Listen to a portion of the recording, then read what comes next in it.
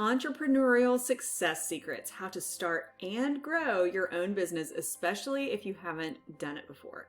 Look, growing a business can be daunting. It's no easy feat, but I'm going to introduce you to the essential steps that you need to build a successful business right here today. It does take hard work and dedication, but there are certain things that you can do to make sure that your efforts yield success. So stick around and I'm going to give you my very own secrets, how I built my very own company.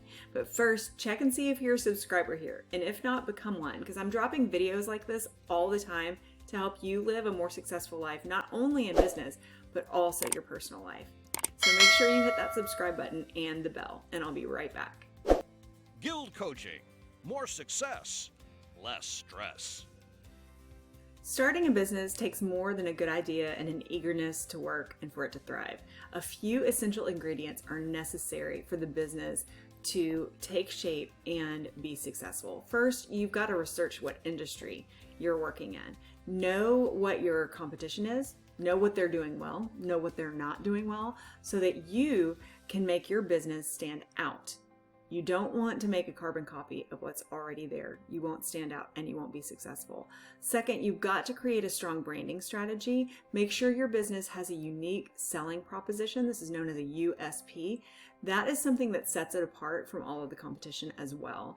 And then you've got to get organized. You have to plan for success, set realistic goals, set timelines for task completion, for developing marketing plans, and for expanding your company's research. You've got to have a good team, hiring the right people, give them the support that they need, ensuring that the team is cohesive, and then you've got to stay flexible and prepared to make changes as needed. No business is immune to change, so you've got to embrace it as part of the norm rather than having it be something to be afraid of. Okay, so we're going to go through all of these things. I whirled through those really fast. We're going to go through them a little bit slower now. Let's talk about how to market your business successfully. You have to have a well thought out strategy. So first, you need to have a logo, some sort of a brand identity. For me, with GILD Coaching, I tried to make it colors and textures that really reflected who I was personally, because I'm the face of the business. Your branding needs to reflect your business's image and your business's personality so that they just go together. This is going to help you attract new customers.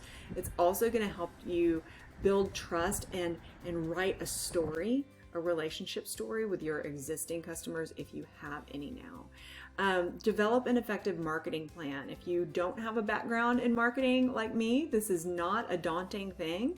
Start by developing a budget first and a timeline. Okay, and then just jot down key points that you want to emphasize, such as, do you have a really great price point? What are your product features? What are things that are unique to you? Make sure to track your results regularly to make adjustments as needed. And that's something that's very important. If it's worth doing, it's worth tracking. You have to have those key performance indicators, those different metrics that tell you whether the investment in a certain marketing campaign or tool was worth it or not. If you don't know how to do that, reach out to me. I can help you. I've got a great tracking tool that we can share. You also need to network constantly, build relationships. Make sure you know who the key players are. Network with other businesses that are in your sector. You may be able to learn from them. They can learn from you. Don't look at your competition as the enemy. Look at them as your friend, because they can help bring you along in that sector as well. Collaboration is huge. It's very small-minded to think that your competition is the enemy. So make sure that you're reaching out to influential individuals. This is going to give you access to valuable resources, feedback, and tools that can help boost your business's profile. And don't be afraid of promoting your business online. Start by promoting it through your personal online social media platforms, and then expand into online social media platforms that are just for your company, maybe LinkedIn. Get them their own Facebook and Instagram accounts. Share news, share information, just share. Exposure is everything. P.T. Barnum, the guy who created the former circus, Barnum and Bailey Circus, P.T. Barnum said there's no such thing as bad publicity. Be out there, be front of mind, be top of mind, be in front of people. Consider posting blog articles or creating video content like this. It's not difficult, you can do it, I promise. And depending upon what type of business you're starting, you might want to look at print advertising like local newspapers or magazines, or even online publications that target specifically the people who are your ideal customer. You have to know how to manage your finances and budgets. If you're starting a new business, this is something that my husband and I collaborate on as people who are entrepreneurs. He's a financial expert, and I do the organizational and the people side of things. So you've got to have that finance part in place. Review your expenses regularly. Are there any recurring costs that you can cut back on? Are there new expenses that might be worth investigating? Create a budget. I already said that part, but stick to it as closely as possible. This is going to help you stay organized. This is going to help you stay accountable for your spending and make sure that you don't overspend. And then get creative with how you spend and how you save your money. There are a lot of ways to reduce your expenses without compromising the quality of your life or sacrificing important aspects of your budget. Knowing what your credit score is and the amount of credit that could be afforded to you is very important. Use it wisely. A good credit score makes borrowing money easy. And so you've got to understand what affects it and how you can take action to improve it when necessary. And I don't like to think of this as borrowing money. I think of this as intentionally leveraging other people's wealth for my benefit, like a silent investor. But you have to be careful with it and make sure that you are using it responsibly. Make use of insurance policies and other financial protections available to businesses. Absolutely, they can protect you from unexpected events or liabilities, and they can make managing your business much easier.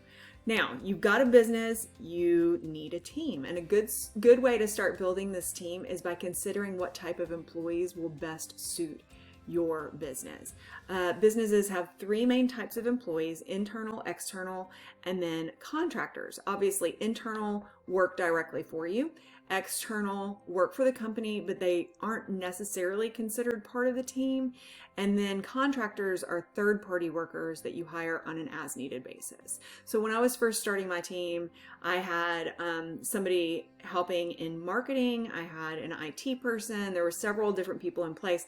Now my IT person is no longer an internal employee. Now I have that role as a contract role because we just don't need as much support as we did at the get-go. That's the structure of my business. Yours might be the complete opposite of that. When hiring employees, the most important thing to remember is you've got to think about long-term. It's important to remember that your team members will be with you for a long time, hopefully. So it's essentially the most important thing for you to think of, that they're the right fit. So consider personality fits, make sure that your employees share similar personality traits so that they can work well together. Or if they don't share similar personality traits, make sure that they share personality traits that are complementary to each other. Consider their skills and their experience. Make sure that they have the knowledge to do their jobs effectively. And then this part is very important, and a lot of people don't think of this. Consider a cultural fit.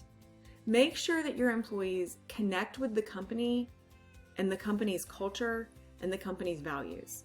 Because if they don't, they're not going to have ownership of their own work product, and they're not going to have ownership of their impact on the team. And you really want them to feel like they're part of it. It's why having a mission, vision, values, purpose, statement, all of these things are so important, because we've all been there. The monotony of day in, day out can wear on us. And sometimes we're like, what in the world am I doing here? If you can come back and connect to that mission statement or those company values, and you have ownership and there's some sort of alignment there, then you'll have a much deeper loyalty to the organization. So make sure that you've got that set out. It was one of the first things that I did with my company, and we talk about our mission, our vision, and our values all the time when we're together as a team. If you are interested in starting this entrepreneurial journey, I've been there, I'm still there, reach out.